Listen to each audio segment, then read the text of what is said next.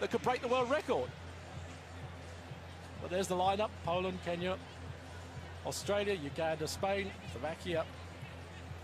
And the big two, I suppose, there's the United States having to share the team, or I should say their lane, but Slovakia. The Kenyans in lane 2, the one to watch, I suppose. As we said, the lead there going for them, 144 man. Let's just wait and see what sort of tactics they're going to produce. Are they going to go off hard? There is a bonus of $50,000 if they do break that world record. That's got to be an incentive, hasn't it? It surely has, I believe, and I think the Kenyans have got a good man with Ferguson Rotich's Chariot to do just that on the first leg for them. He really emerged on the world scene last year, and I think he's one of those guys who like to go out hard. So this, the first final of the IAF World Relays. It's the men's 800 metres, and left almost on his blocks at the start there was the Ugandan. And it is indeed the Kenyan Chariot who's showing strongly. Right on the outside, the United States are all led off by Michael Rutt. But the Kenyan has, as I thought he might do, he's showing his intentions here by going straight into the lead. Now, the Spaniard Lopez is normally a man who hangs back.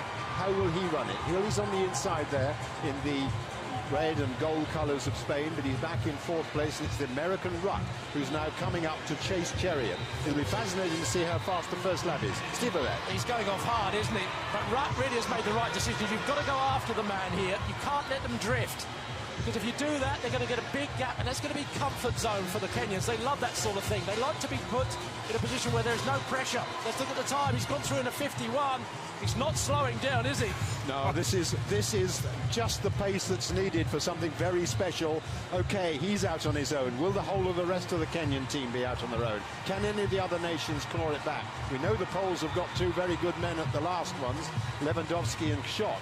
But will they be anywhere in contention? It's Chariot for Kenya with just 200 metres of this first lap to go.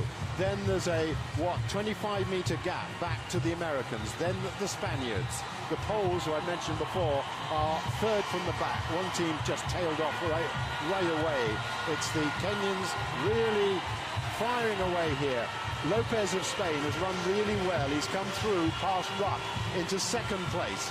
But there's a big lead. It's 30 metres now as Chariot takes off for the Kenyans. He hands over. Let's see who takes in 2nd place. Yes, it's the Spaniards, then the Americans. So, change of order for the Kenyans. We thought it was going to be Karongo on the 2nd leg. It is, in fact, Job Koech Kinyor who has taken up the baton. 2013 Kenyan Championship gold medalist, and he has been given a terrific foundation on which to build by his opening leg runner, Ferguson Rotich's Chariot. Spain still going well, but look at the size of the gap being opened up by the Kenyans. And as Job Kinyor makes his way round the top of the bend, I was watching the clock. The first leg finished in almost bang on 1:45. A world record is not inconceivable. Well, actually, we've got 1:46 on our computer screen, so 55.3 second lap, but it's still on. Kinyor looking incredibly comfortable, and there is almost, well, that is around a 40-metre gap as we move into the 2nd lap of this 2nd leg. Kenya way out in front. Bermuda showing well. But Kenya, with clear daylight, this a time trial for the East African nation. But look at the back of the traffic now. Aaron Evans, the Bermudan record holder, 1:46.26 at his best, and he has got his Caribbean nation right back into contention.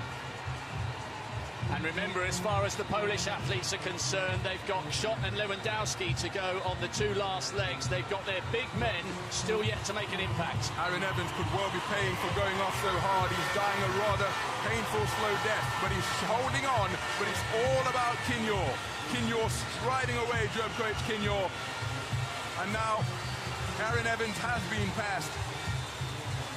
But as we approach a change to 2nd to 3rd, Karongo away for Kenya. USA in 2nd place. Johnson has it for them. 1:45.7, that 2nd leg by Kinyor. So Karongo heading out down the back straight. Brilliant effort by the team from Bermuda to try and stay in the mix. The Polish quartet have got a lot to do. Lewandowski has a mountain to climb here. And in 2nd place, it is Johnson of the United States. He is on the left of picture there. Now the camera widens out and we can see Kirongo, and Johnson is making an impact, I think. Well, Johnson's a late comer to the 800 metres. He's a 400-metre hurdler especially, so he knows what pain is all about. And he's trying his best now to claw it back, but that is a massive gap that the Kenyans are opening up. And they do not relent. They just keep going on and on and on, and it's preciously close to that world record. And a 50-second lap there for the Kenyan. Well, he's blistering through. That's an unbelievable lap time in the relay. You're not supposed to do that, but the Kenyans don't take any notice of what they shouldn't do. They just get out there and do it. Still a battle royal going on for third place. There's the Bermudan quartet, and now Lewandowski starting to make his quality pay, but he's going to have to work miracles here to get them back in touch with the Americans, but he is closing the gap and moving away from the rest of the field as the Australians move through into fourth place. But it is still Kirongo. Can he keep it going here? Fourth in the Kenyan Championships last year. He's got a best of 1:45. It's going to be ever so tight here. A world record is a possibility. And certainly Dwayne Solomon has a big job to do for the Americans on the last leg. Well, the last leg down, and Kip Couture has gone off like a train. 1:44.2 man this, the world youth champion last year. He's young, he's energetic, and he's very, very enthusiastic at the moment. But that third leg, 57.9 second, to me, 1:47.9, that third leg, so the record's out. He died a death, didn't he, on that second lap? But nevertheless, they're going to win this race, and they're going to win it well, the Kenyans. They're going hard. Just behind him, though, Dwayne Solomon of America, this long, striding American who is very, very fast. Solomon, who was fourth at the Olympics and has run the fastest 600-metre time trial, or second fastest ever, behind his coach, Johnny Gray, is now leading this group behind. But he's got a good man behind him as well. The world leader this year is Dwayne Solomon, 1:43.88. He's a hard-charging runner. Well, you said he blazed off. He's just run a 49-second lap, Steve. Well, he's going to die, but good on him.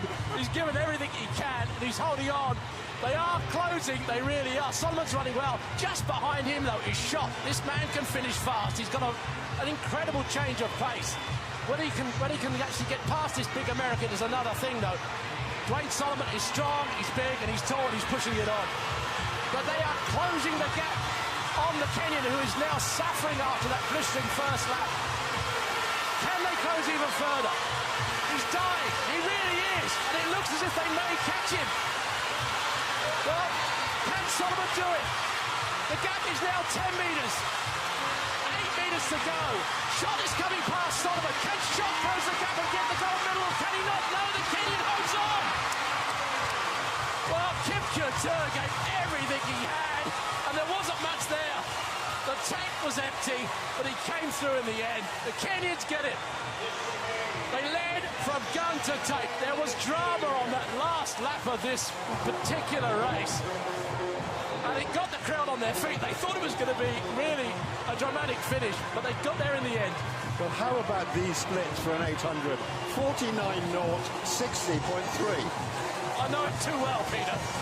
Well, it certainly created some fantastic drama. Adam Shot of Poland almost upset the Kenyans. And how about this? Dwayne Solomon, the fastest man in the world this year, was run out of it in third place. The stadium absolutely erupted. You could have been forgiven for thinking it was a Bahamian quartet. They were loving every single second of that.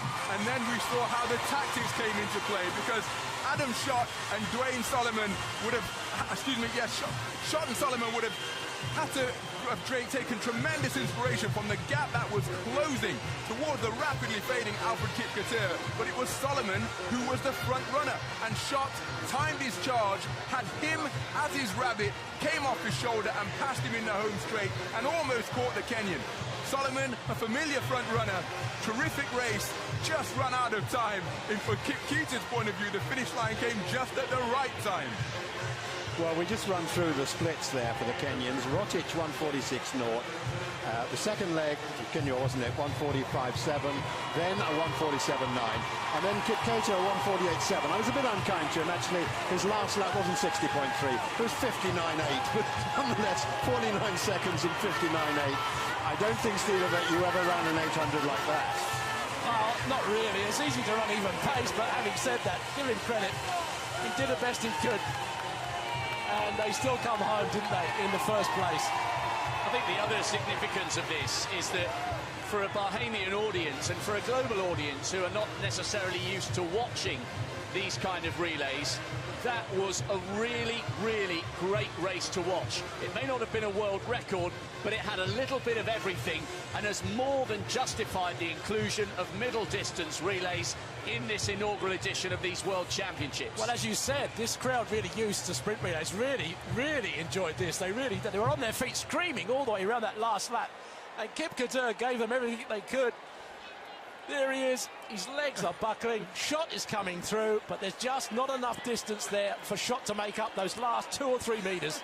Well, his form went to pieces there, but as he crossed the line, Kipketer still had the energy to raise his hand in acknowledgement of the victory. He's still only 17 years old. 2013 World Youth Champion, #1 in the Kenyan youth this year in the 400 with a time of 47.9, and he used that 400-metre pace to terrific effect. Here's confirmation of the result. Well, a championship record, well, it's not surprising really, it's the first championship, isn't it? But Kenya get it in the end by the narrowest of margins. Just, what is it, just over 0.2 of a second from Poland with the national record. They're all going to be national records, Serbian records, Asian records, doesn't really matter, does it? That was a fabulous race from start to finish. Kenya taking it on, Poland closing in, and in the end, Dwayne Solomon having to succeed for third in the end.